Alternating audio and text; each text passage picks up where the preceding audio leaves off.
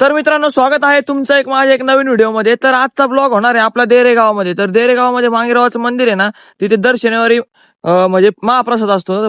तर कार्यक्रम असतो दर शनिवारी. तर तिथे आपण आज आलेलो आहे ब्लॉग काढण्यासाठी. तर कंटिन्यू करा ब्लॉग, तुम्हाला दाखवतो कसं नियोजन केलेलं आहे किंवा कसं महाप्रसादाचं कार्यक्रम चालू आहे. चला पुढं कंटिन्यू करा. आणि आपल्यासोबत आपला यश भाऊ पण आहे आणि कार्तिक लष्करी भाऊ पण आलेले पुढं. तर कंटिन्यू करा ब्लॉग. 2-3 शनिवार माझं चाललं होतं नाही का, आपल्याला ब्लॉग काढायचा आहे, मांगरापाशी ब्लॉग काढायचा आहे. तर काय होत होतं, कधी मी नसायचो तर कधी जे बापू शेटे आपले ते नसायचे म्हणजे. तर आता तिकडे बघा कार्तिक भाऊ पण आलेला आहे. आम्ही ह्या इकडे मंदिर आहे ना, तिकडे दर्शन घेण्यासाठी आलो होतो. आपलं दर्शन झालेलं आहे. इथं मंदिर तुम्ही बघू शकता. मंदिराचा लुक कसा वाटतोय नक्कीच कमेंट करून सांगा. आणि तुम्ही देरे गावातले असताल तर नक्कीच कमेंट करून सांगा की हा व्हिडिओ देरे गावात बघताय कोणतरी, कळन मला. तर कंटिन्यू करा व्हिडिओ. आता आपण पहिले आहे ना तुम्हाला मंदिर दाखवतो आणि त्यानंतर आहे ना प्रसाद म्हणजे जेवण जे आहे ते कसं आहे का, कोणतं आहे, काय आहे, पंगत बिंगत सगळं दाखवतो. कंटिन्यू करा. तर मित्रांनो, बघू शकता तुम्ही सर्वजण की जेवण पण चालू झालेले आहे. मंदिराचा लुक मस्त किती भारी दिसतोय आणि गर्दी पण खूप आहे. तर मागच्या शनिवारीच आपल्याला ब्लॉग काढायचा होता, पण मागच्या शनिवारी मला काय जमलं नाही. थोडंसं मला नगरला काम होतं, त्यामुळे मागच्या शनिवारी पण खूप म्हणजे खूप जास्त गर्दी होती. आपल्याला बापू जाधव असं बोलले. आणि मंदिर बघू शकता नाही का, मस्त एकूण एक झाड एकूण एक झाड, मस्त कळसाचं पण काम झालेलं आहे. आणि गर्दी बघू शकता जेवणासाठी. तिथे समोर ताटं ठेवलेले असतात. म्हणलं आता आपण पण जेवून घेऊ.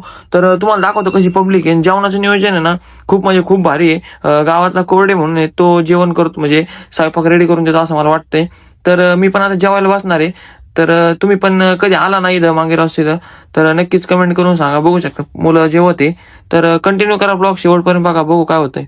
ताटगच भरण्यात व्हिडिओ बस बस बस बस बस बस बस. आता मग तर मित्रांनो, इथे बापू शेट आणि मी जेवायला बसलेलो नाही का. तर भरपूर पब्लिक नाही का, म्हणजे भरपूर जण जेवून गेलेले आहेत. तर तरी पण भरपूर गर्दी आहे अजून नाही का. आता 12 वाजलेले आहेत. मला पण नाही का बाहेर शूटला जायचंय. तर आधी आपण जेवण करून घेणार आहे आणि मग परत तुम्हाला मंदिराचा लुक दाखवणार आहे. तर इकडे बापू शेट आहेत. बापू शेटने माहिती दिलेली आहे, अतिशय उत्तम माहिती दिलेली आहे. अजून पण ते देणार आहेत पुढच्या ब्लॉग मध्ये. पुढच्या शनिवारी पण अजून एक ब्लॉग काढणार आहे. त्या ब्लॉग मध्ये अजून थोडीशी जास्त माहिती देणार आहे ते. तर ब्लॉग कसा वाटला नक्कीच कमेंट करून सांगा. आणि मंदिराचा लुक बघा पुढे कसा आहे. तर मित्रांनो, आपल्याला मांगेराव तिथं आलो होतो आपण. तर आपल्या तिथं बापू जाधव भेटलेले, देवस्थानचे विश्वस्त. त्यांना आपण मांगेरावाविषयी थोडीशी माहिती विचारणार आहे. प्रसाद पण असतो त्याच्याविषयी पण माहिती विचारणार आहे. तर बापू शेठ, प्रसाद कसं नियोजन असतं, काय असतं ते तुम्ही सांगता का आमच्या पब्लिक? दर शनिवार प्रसाद असतो इथं. त्याला कुणाला भाविकांना द्यायचं ना, ते दर हप्ते ट्रस्टी संपर्क करतात आणि प्रसादाचं नियोजन करतात इथं. आणि कसं जेवणाचं कधी चालू होतं नाही का, सकाळी असं प्रसाद कधी सकाळी 11 ते 3 वाजेपर्यंत. 11 ते 3 वाजेपर्यंत. कधीपासून चालू केलंय नेमक्या आधी असं हे प्रसादाचं? जवळजवळ याला 6 महिने होत आले, 6-7 महिने झाले.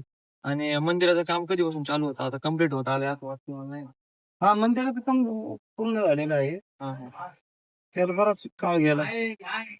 तर बापू शेठ, समजा आता मला जर का प्रसाद द्यायचा असेल तर मी कॉन्टॅक्ट कोणाला करायचं, कोणाला सांगायचं की मला पुढच्या शनिवारी किंवा मला एक प्रसाद हे द्या, कोणाला कॉन्टॅक्ट करायचं तसं काय? तुम्हाला 1 किंवा 2 महिने आधी तुम्हाला सांगावं लागेल. तुम्हाला तारीख दिली जाईल. तारीख दिल्यानंतर तुम्हाला फोन केला जाईल ट्रस्टीमधून, भैया शेट करते किंवा जाधव सर करते तुम्ही. मग त्यानंतर तुम्हाला तारीख भेटून जाईल प्रसादाची. आणि प्रसादाला म्हणजे किती माणसाचा स्वयंपाक असतो तरी अंदाज?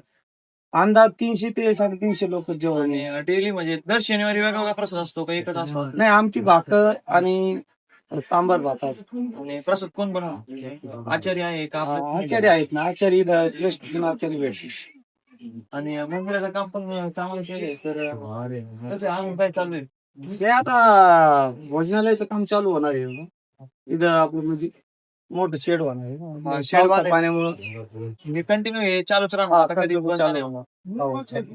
आणि मंदिर कधीपासून आहे काय म्हणजे किती वर्ष झाले मंदिरात चालू, कसं काय? नाही, मंदिराचे पुरातन काळातले मंदिर आहे ते आपल्याला नाही सांगते. पण तरी पण तुम्ही आता लहानपणापासून असता, आम्ही लहान होतो ना, तर म्हणजे आमचे आजी इथं स्वागत होते म्हणजे. त्यानंतर मग आमचे वडील त्यांनी रस्ते बनवले, इथं काही सुधारणा केल्या, रस्ते केले त्यांनी, सभा मंडप आणला म्हणजे पहिलं मंदिर कसं होतं सांगता येईल का तुम्हाला? हा, होतं ना, छोटं मंदिर होतं. केवढं म्हणजे कसं होतं काय? छोटं मंदिर होतं म्हणजे चांगलं होतं. त्याच्यानंतर मग जीवनासाठी आपण काही इकडून तिकडून पैसे जमा करून म्हणजे मोठं बांधायचं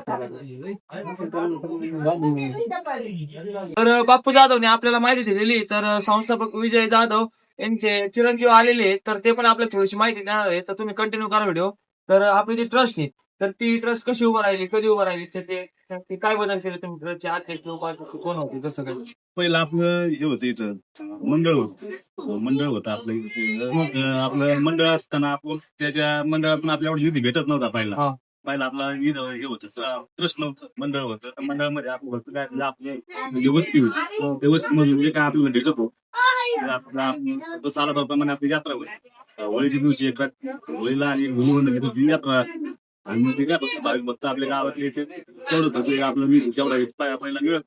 त्याच्यानंतर मग हे वाटलं बा याच्यातून आम्हाला जे आम्ही सहमत व्हायला गेलो पण ते आम्हाला फक्त सहमत भेटलं पण बाकीचे जे सुद्धा विकास कामासाठी निधी भेटत नव्हतं. मग आम्ही ट्रस्ट करावं मग ट्रस्टसाठी आपलं हे केलं. त्याच्यामधून एक आपलं गावामध्ये मिटिंग भरवली, ट्रस्ट हे केलं, स्थापन केलं. त्याच्यामध्ये गावातच सहकार्य मिळालं. त्याच्यानंतर मग तुम्हाला दिसतंय चालूच आहे. अजून एक याच्यामध्ये ती पडणार आहे. तर आता आपलं एक जायचं एक आपलं चालू आहे. आता ट्रस्ट कशी चालू आहे कामकाज आमचे शिरूर अध्यक्ष आहेत त्याला सेक्रेटरी जाधव आहे, उपाध्यक्ष मल्ला जाधव आहे. आता चालू आहे. म्हणजे ट्रस्ट चालू आहे. आता बघितलं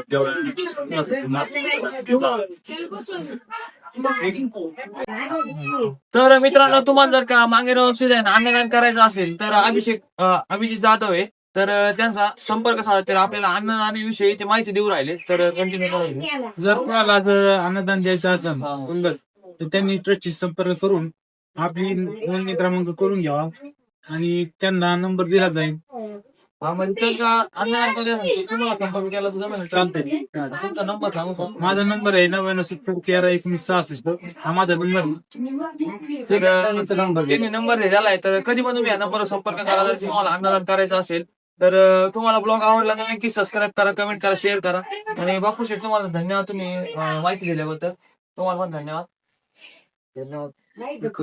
तर व्हिडिओ कसा वाटला नक्कीच कमेंट करून सांगा. आणि यांचं पांढऱ्या रस्त्यावर दुकान आहे, यांच्या दुकान नक्कीच भेटलं. यांचं किराणा दुकान आहे, यांच्या दुकानातून किराणा येत जा. तर तुम्हाला कसा व्हिडिओ वाटला नक्कीच कमेंट करून सांगा. व्हिडिओ आवडला असेल तर सबस्क्राईब करा. धन्यवाद मित्रांनो. मंदिरामधला शूट आपला कम्प्लीट झालेला आहे. तरी आपण परत शूट का घेतोय हे बघा. इथं जेवण वगैरे चालू आहे. भाविक भक्तांना येण्या जाण्यासाठी रस्ता नाहीये. तर कृपया जे पण इथं येईन त्यांनी ना गाडी ना खाली रोडलाच लावून टाकावी. वरती कुणीही गाडी आणू नये. इकडे बघा, इकडे जेवण चालू आहे, यायला जायला रस्ता नाही. कुणी पण आलं ना तिकडे खाली रोडला लई जागा आहे, तिकडे गाडी लावावी ही नम्र विनंती. तर मित्रांनो ब्लॉग कसा वाटला नक्कीच कमेंट करून सांगा. जर का ब्लॉग आवडला असेल तर पूर्ण गावात हो ब्लॉग चांगला पाहिजे, पूर्ण शेअर करून टाका मित्रांनो. ब्लॉग व्हॉट्सअपला स्टेटस ठेवा. तर ब्लॉग नक्की आवडला असेल, मला असं वाटते तुम्हाला आवडला असेल तर नक्कीच माझ्या चॅनलला सबस्क्राईब करा, लाईक करा, शेअर करा, कमेंट करा. धन्यवाद.